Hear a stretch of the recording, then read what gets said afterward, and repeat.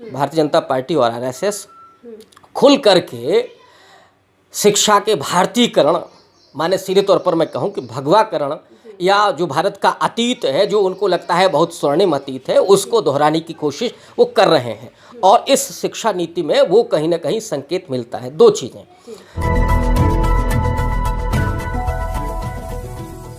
नमस्कार। आज मैं एक अहम मुद्दे पर बात करने आई हूँ आप लोगों के सामने। आप देख रहे हैं समय टीवी 24। आपके साथ में शालिनी आनंद।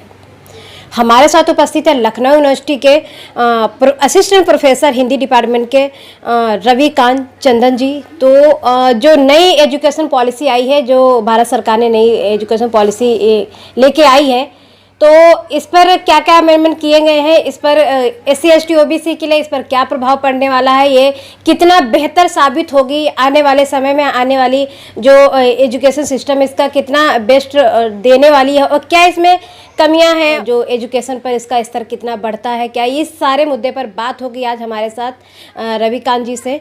तो रविकांत जी, स्वागत है आपका हमारे चैनल पर। धन्यवाद। ये बताइए कि जो नई शिक्षा आई है, इस पर SC ST OBC के जो बच्चे हैं उनके लिए क्या खास है इस पॉलिसी में? देखिए, एजुकेशन किसी भी देश, समुदाय और समाज को गति देने के लिए सबसे महत्वपूर्ण कारक है।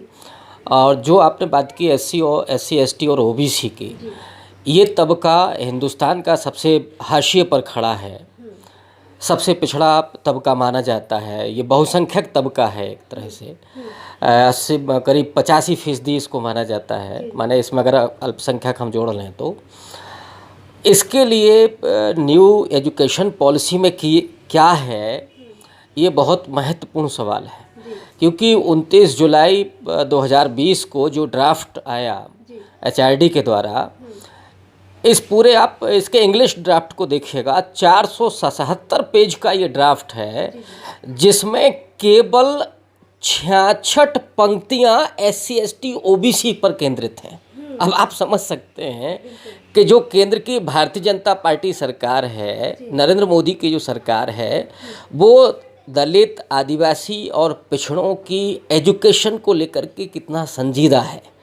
इसमें अगर हम थोड़ा अल्पसंख्यक को भी जोड़ लें, अल्पसंख्यक के बारे में इस पूरे ड्राफ्ट में करीब 77 पंक्तियां हैं, तो इन दोनों को भी अगर आप जोड़ लें ठीक तरीके से 2 पेज भी नहीं होते हैं। 477 पेज के पूरे ड्राफ्ट में 2 पेज भी अगर आज की तारीख में हम ये कहें कि 100 करोड़ लोगों के लिए, माने SC ST OBC और माइनॉरिटी के लिए, अगर 100 करोड़ लोगों के लिए अगर आपने सिर्फ उसमें 2 से 3 पेज रखे हैं 477 पेज के ड्राफ्ट में, तो हम समझ सकते हैं कि इस सरकार की प्राथमिकता क्या है और वो इस पूरे समुदाय के बारे में उसकी शिक्षा को लेकर के कितना संजीदा है। जो नई पॉलिसी आई है, लोग ये भी कह रहे हैं कि इस पे RSS का भी प्रभाव देखा जा रहा है, तो आपके हिसाब से क्या लग रहा है आपको, ऐसा है क्या?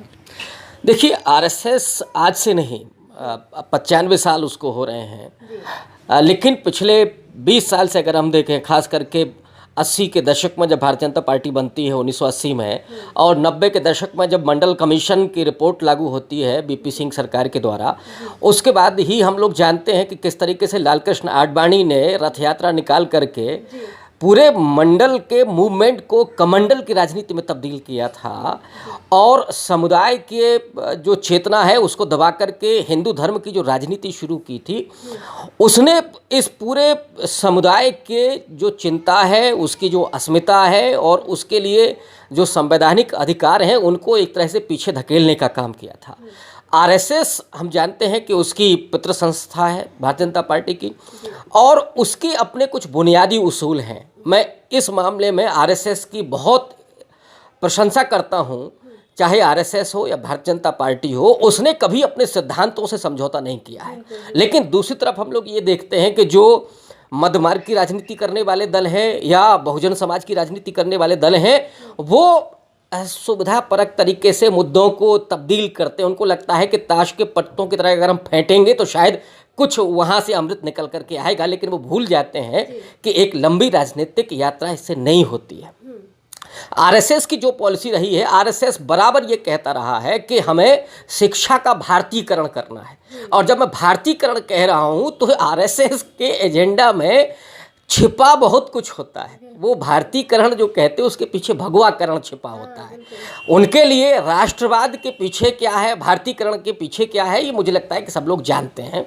तो दरअसल वो शिक्षा का भगवाकरण करना चाहते हैं। और शिक्षा का भगवाकरण का क्या है कि वो संस्था है, या आज की जो भारतीय जनता पार्टी है उसकी हम अगर इसकी पहले की संस्था को लें, जनसंघ को, या जनसंघ के समय जो और दो राजनीतिक दल काम कर रहे थे उस समय 52 के इलेक्शन में, पहली बार रामराज्य परिषद और हिंदू महासभा, इन दोनों दलों ने, माने हिंदू महासभा और रामराज्य परिषद ने दिल्ली में धरना प्रदर्शन देकर के बाबा साहब अंबेडकर का विरोध किया था, संविधान निर्माण प्रक्रिया का पूरा विरोध किया था, और ये कहा था कि क्या संविधान की जरूरत है जब हमारे पास मनुस्मृति है।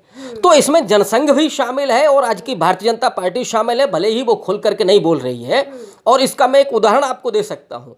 भारतीय जनता पार्टी की राजस्थान सरकार, जब भैरव सिंह शेखावत मुख्यमंत्री थे तो राजस्थान हाईकोर्ट में मनु की मूर्ति लग गई, और आज तक कोई भी, चाहे वो कांग्रेस हो या दूसरे राजनीतिक दल हो, उसकी कभी बात नहीं कर सके, उसकी कभी आलोचना नहीं कर सके। तो अगर भारतीय जनता पार्टी ये कहती है कि नहीं साहब हम मनुस्मृति की बात नहीं कर रहे हैं, तो फिर आपके लिए मनु महाराज सो कॉल्ड पूजनीय क्यों हो जाते हैं? तो ये दिखाता है कि कहीं ना कहीं आरएसएस का जो अपना एजेंडा है, जो अपना सिद्धांत है, वो उस पर कायम है।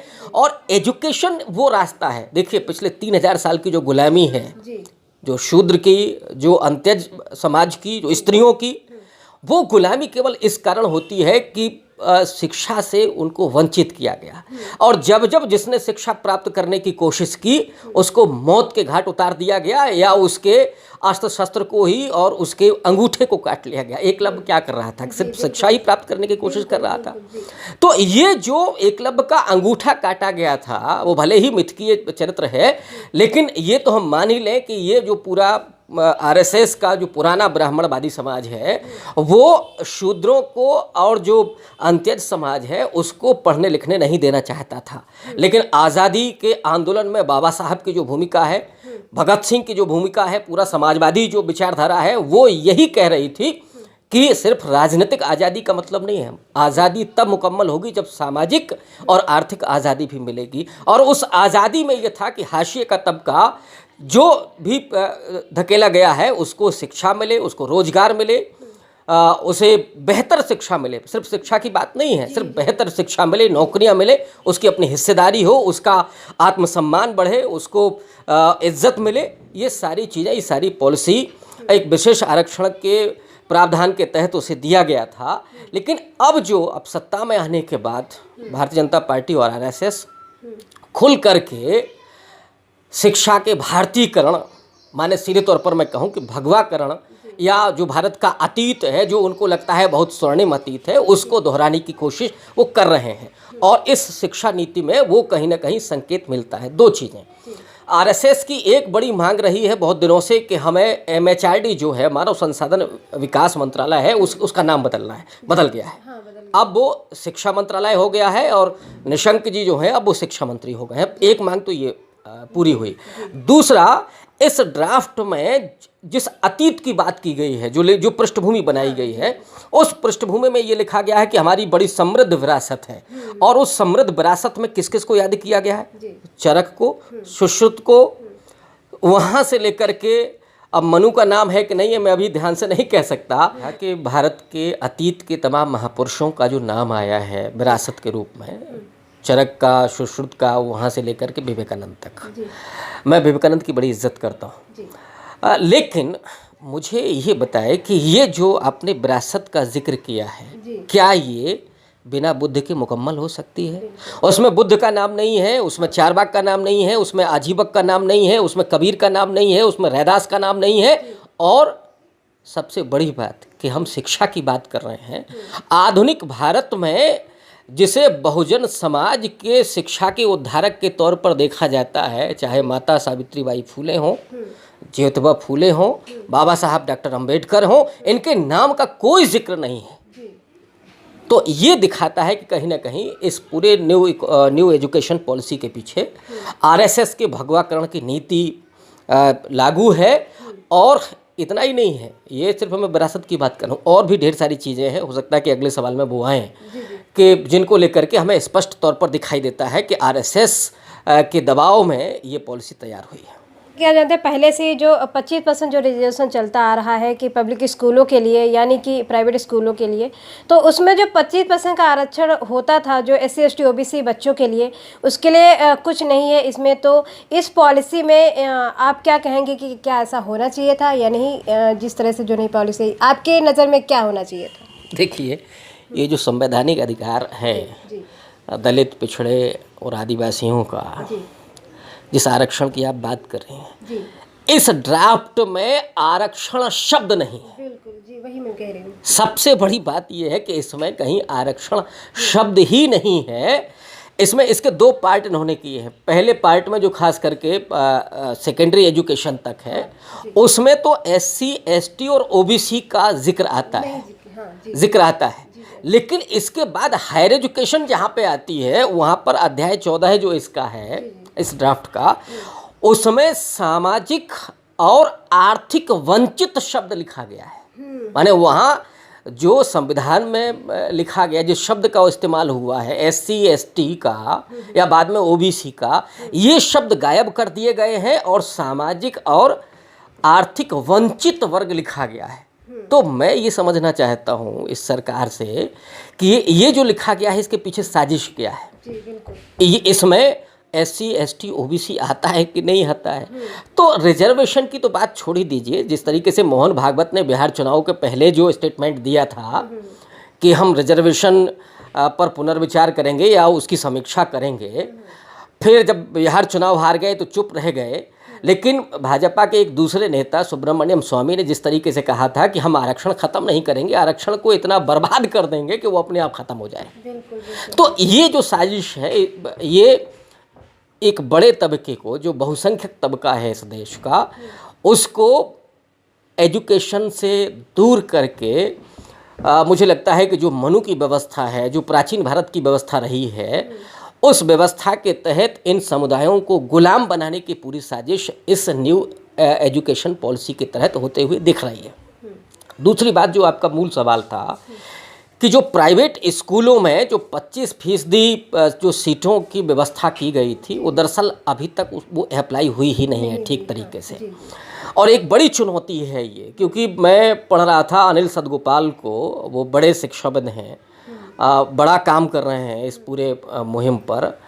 उन्होंने एक जगह अभी कहा है BBC के इंटरव्यू में कि 3 बड़ी चीज़ें हैं इस पूरी शिक्षा नीति में। एक तो कारपोरेटाइजेशन हो रहा है एजुकेशन का, दूसरा संघ का इस पर सीधा प्रभाव दिख रहा है, और तीसरा जो है वो अत्यधिक केंद्रीकरण किया जा रहा है। तो जो आपका सवाल है कारपोरेटाइजेशन को लेकर के, जो निजीकरण हो रहा है शिक्षा का, इसमें पहले तो जो व्यवस्था की गई वो लागू नहीं हुई, क्योंकि देखिए समाज में किस तरीके से खाई पैदा की जा रही है। एक तरफ तो जाति की खाई है, धर्म की खाई है, और उसके बाद ये जो वर्ग की खाई पैदा की जा रही है। और उनको लगता है जो बड़े स्कूलों में पढ़ने वाले बच्चे हैं, वो किसी गरीब बच्चे के साथ क्यों बैठना चाहेंगे। ये संस्कृति हम भुला चुके हैं। हम समावेशन की नीति पर हैं ही नहीं, हम चाहते ही नहीं हैं कि समावेशी समाज बने। तो उसको तो पूरे तरीके से हाशिए पर धकिया दिया गया है। दूसरी बात, जो अभी इस पॉलिसी में जिस तरीके से निजीकरण करने का पूरा प्रावधान किया जा रहा है, सरकारी स्कूलों को नेस्तनाबूद करने का एकदम मुझे लगता है कि पूरी योजना बना ली गई है। और सरकारी स्कूलों को जब आप ख़त्म कर देंगे तो बचेंगे जो निजी स्कूल।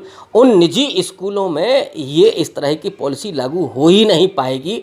इस सरकार में ना ये चाहत है और ना वो इस तरह का कहीं कुछ सोचते हैं। तो मुझे लगता है कि उस पूरे समाज को, जो गरीब समुदाय है या जो SC ST OBC का समुदाय है या जो स्त्रियां हैं, उनको धकियाने की पूरी कोशिश होगी इसमें। आपको क्या लगता है कि जिस तरह से आरक्षण की जो व्यवस्था की गई थी भारतीय संविधान में, और जिसके दम पर जो SC ST OBC के जो माइनॉरिटीज़ के जो स्टूडेंट थे वो हाई एजुकेशन लेकर अपने आगे की जो स्टडी थी उसको तैयार करते तो अच्छे अच्छे पदों पर पहुँचे हैं, तो आपको क्या लगता है इस पॉलिसी में क्या इस पर भी वार हो सकता है या हुआ है, या फिर इसका असर देखने को मिलेगा? बिल्कुल, देखिए एक तो चुनौतियाँ ये हैं कि आप जो अभी लेकर के आ रहे हैं, पहले 10+2 सिस्टम था, अब आप 5+3+3+4 सिस्टम जो लेकर के आ रहे हैं, और उसमें ही केवल आपने रिजर्वेशन को लागू किया है, वो भी सरकारी स्कूलों में है। हाँ जी। ये जो आप कर रहे हैं, पहली बात तो ये है कि जब सरकारी स्कूलों का बुनियादी ढांचा ठीक नहीं होगा, जी जी। तो जो ड्रॉप आउट की जो समस्या है वो कैसे ख़त्म होगी। और अनिल सदगोपाल जी जो कहते हैं कि ये ड्रॉप आउट नहीं है, ये दरअसल पुश आउट है। सरकार हो, समाज हो, उसका जो वर्चस्वशाली तबका है वो जानबूझ करके गरीब तबके को धकिया करके उस शिक्षा व्यवस्था से बाहर कर देता है, ताकि उनके घरों में काम करने वाले मिलें, उनके घरों में नौकरी करने वाले मिलें, उनकी पॉलिश करने वाले मिलें, वो रिक्शा खींचने वाले उनको मिले, या वो किसी दुकान पर दिहाड़ी मजदूरी करने वाले मिले, फैक्ट्रियों में काम करने वाले मिले।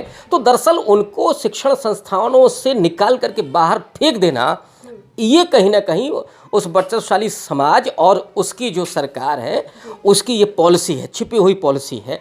इसलिए वो बुनियादी ढांचा पर बात नहीं करेंगे कि हम सरकारी स्कूलों को कैसे मजबूत करेंगे, है वो केवल ये होगा कि देखिए हम ला रहे हैं प्री एजुकेशन, हमारी 3 साल की हो गई। मुझे ताज्जुब होता है कि गांव का जो प्राइमरी स्कूल है उसमें 3 साल का बच्चा जब स्कूल में जाएगा तो उसको कैसे अध्यापक हैंडल करेगा। जी बिल्कुल। जो प्राइवेट स्कूल है उनमें संभव है, क्योंकि मोटी फीस लेते हैं, वो अपने यहाँ आया रख सकते हैं और दूसरे कर्मचारी रख सकते हैं, वहाँ तो संभव है, लेकिन ये सरकारी स्कूल में नहीं संभव है। तो मुझे लगता है कि आप सपना तो बड़ा दिखाना चाहते हैं, लेकिन उस सपने के पीछे की जो हकीकत है या जो आपकी मंशा है वो बहुत दुर्भाग्यपूर्ण है। तो यही उसमें दिख रहा है।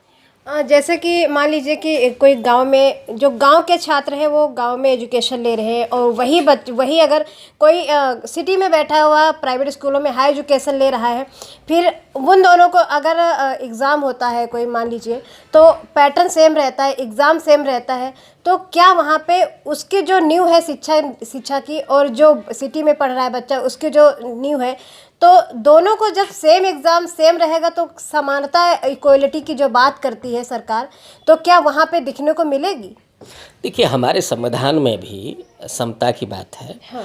लेकिन समानों के मध्य समता की बात है जी। इसीलिए आरक्षण का प्रावधान किया गया है कि जो असमानता समाज में है उस असमानता को पाटने के लिए जो समाज पीछे छूट गया है उसे हम सहारा दे करके एक प्लेटफॉर्म पर ले आए।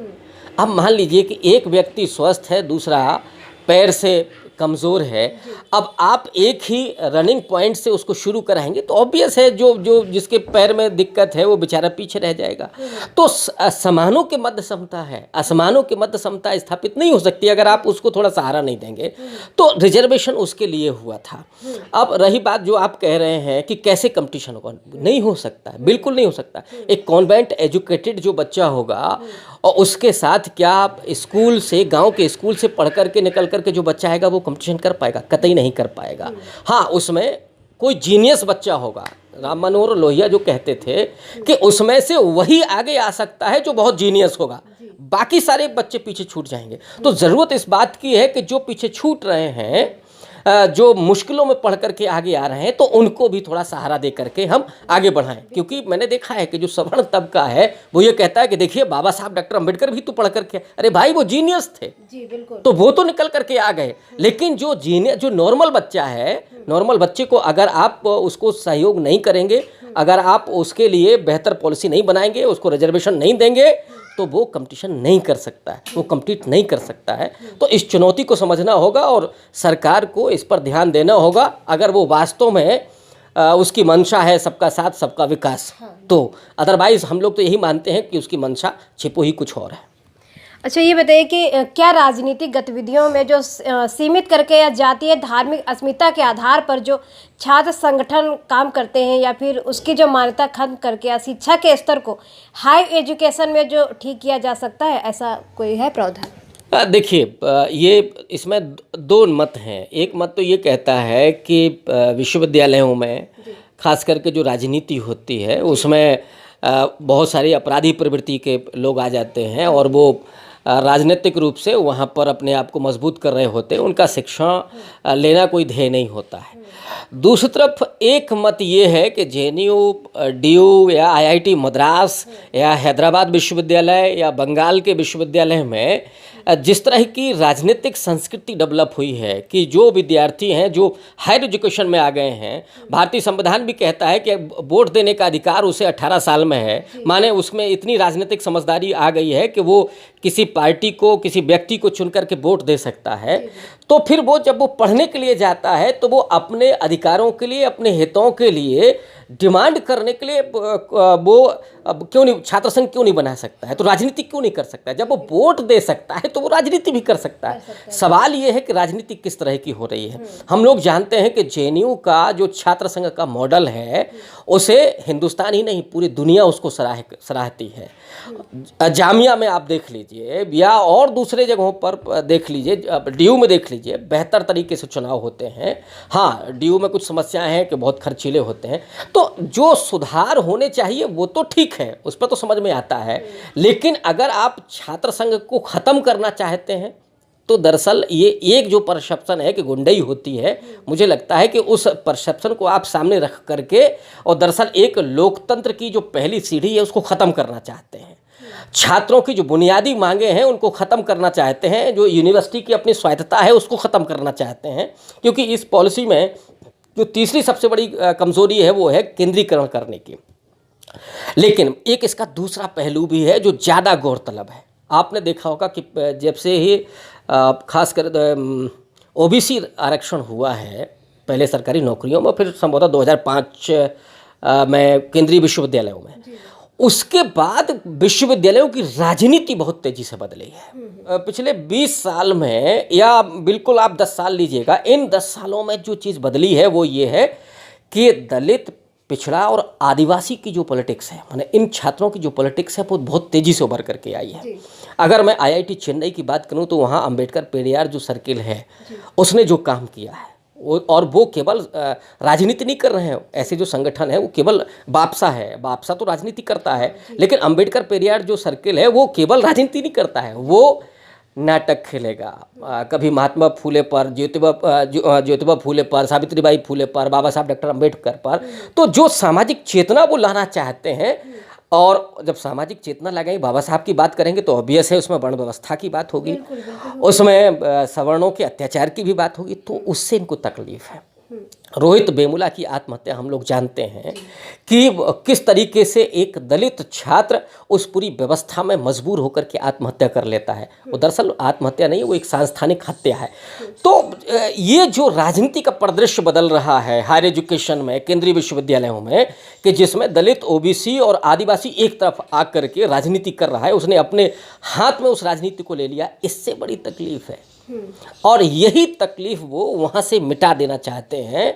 उसको ख़त्म करने के लिए वो उस सिस्टम को ही ख़त्म कर देंगे, क्योंकि जो विश्वविद्यालयों में ट्रेंड होकर के बच्चे आ रहे हैं, बहुत सारे के जो जिनकी चेतना जिनमें पैदा हो गई है, जिनका लक्ष्य केवल सरकारी नौकरी करना नहीं है, जिनका लक्ष्य है समाज को बदलना, जो बाबा साहब से प्रेरित होकर के आ रहे हैं, तो उस पूरे प्रोसेस को आप ख़त्म कर दीजिए। तो दरअसल इसके पीछे ये है कि दलित, पिछड़ा और आदिवासी या लड़कियाँ जो निकल करके आ रही हैं, ये जो सत्ता है, इनकी जो संस्कृति है, वो चाहती ही नहीं है कि कभी इस तरह के लोग निकल करके आए, और जब वो आएंगे तो समाज में चेतना भी पैदा करेंगे। समाज में चेतना पैदा करेंगे तो आप कहेंगे अरे साहब वो तो नफरत पैदा करते हैं। अरे साहब, आप 3000 साल से विद्वेष पैदा कर रहे हैं, 3000 साल से आप जुल्म और ज्यादती और नफरत कर रहे हैं, और अगर कोई आप सच कह दे रहा है तो वो नफरत में तब्दील हो जा रहा है। ये अजीब किस्म का परसेप्शन है।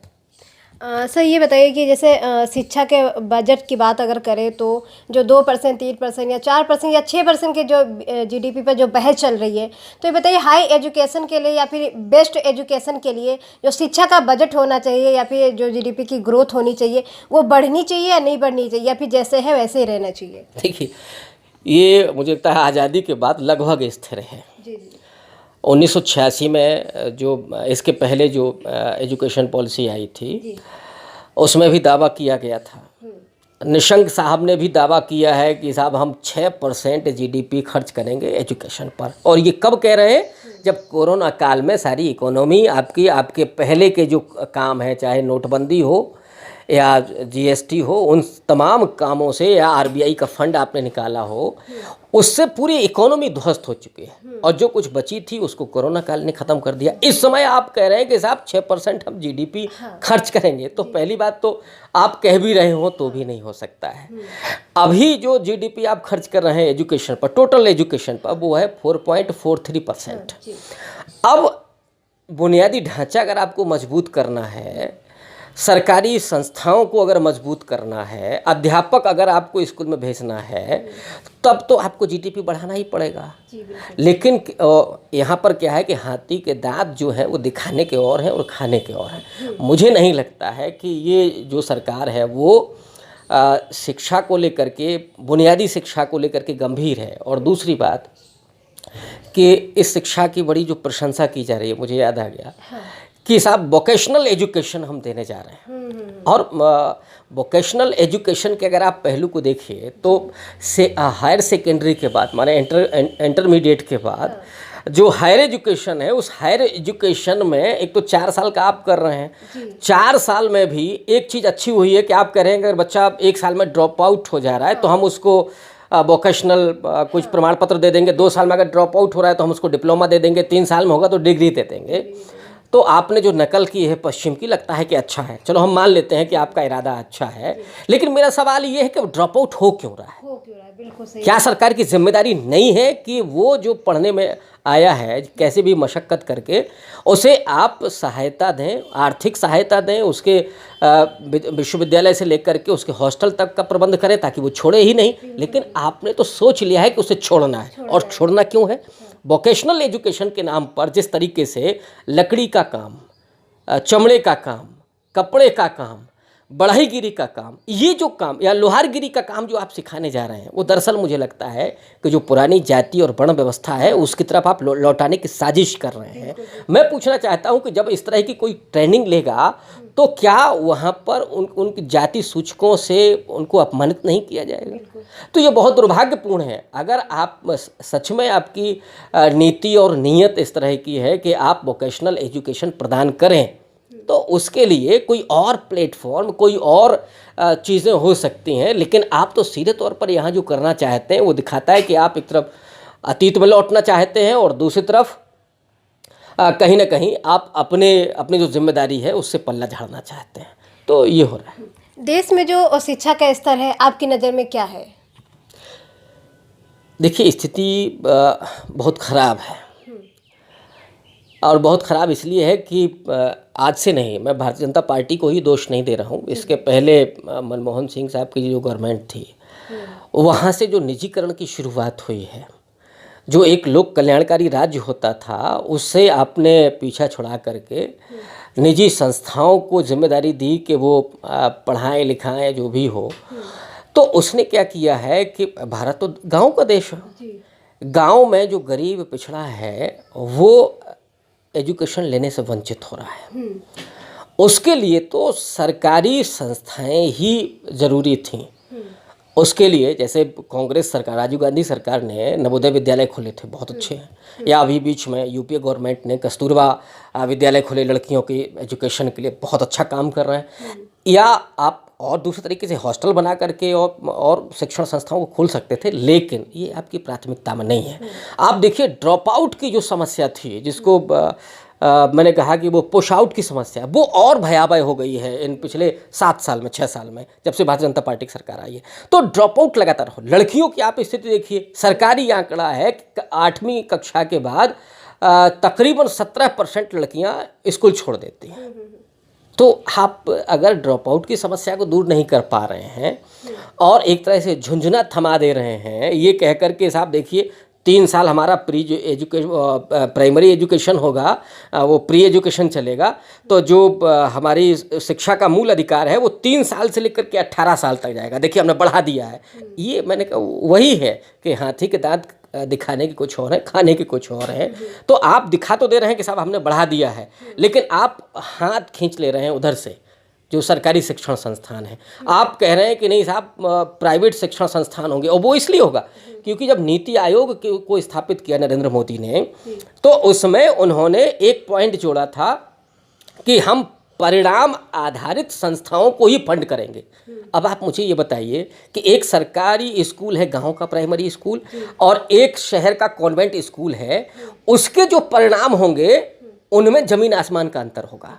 और जब ज़मीन आसमान का अंतर होगा तो ऑब्वियस है कि जो शहर का है वो फंड पाएगा, जो गांव का प्राइमरी स्कूल है वो फंड नहीं पाएगा, तो उसके बाद वो ध्वस्त हो जाएगा। एक मास्टर बैठा होगा, वो भी 12 बजे आएगा, बच्चे आएंगे, वो वहाँ पर झाड़ू लगाएंगे, उनके ना टॉयलेट की व्यवस्था होगी, ना पानी की व्यवस्था होगी, ना उनके बैठने की व्यवस्था होगी, और ना उनके लिए बिजली और पानी की व्यवस्था होगी। तब आप कैसे एजुकेशन को बेहतर कर सकते हैं? जो लोकतंत्र में सरकार की जिम्मेदारी होती है शिक्षा, स्वास्थ्य और रोजगार पर ज़्यादा ध्यान देना, अब तो बिक्री शुरू हो गई है ना। जो भी हमारे सार्वजनिक संस्थान थे उनको बेच करके और मीडिया में किस तरीके से अपना महिमा मंडन कराया जाए, ये केवल रह गया है। बाकी मुझे लगता है कि उनकी पॉलिसी का हिस्सा है कि लोगों को मरने के लिए छोड़ दिया जाए, ताकि 1-2 पीढ़ी के बाद वो गुलामी को स्वीकार कर लें। सम्यक टीवी 24 को लाइक, शेयर, सब्सक्राइब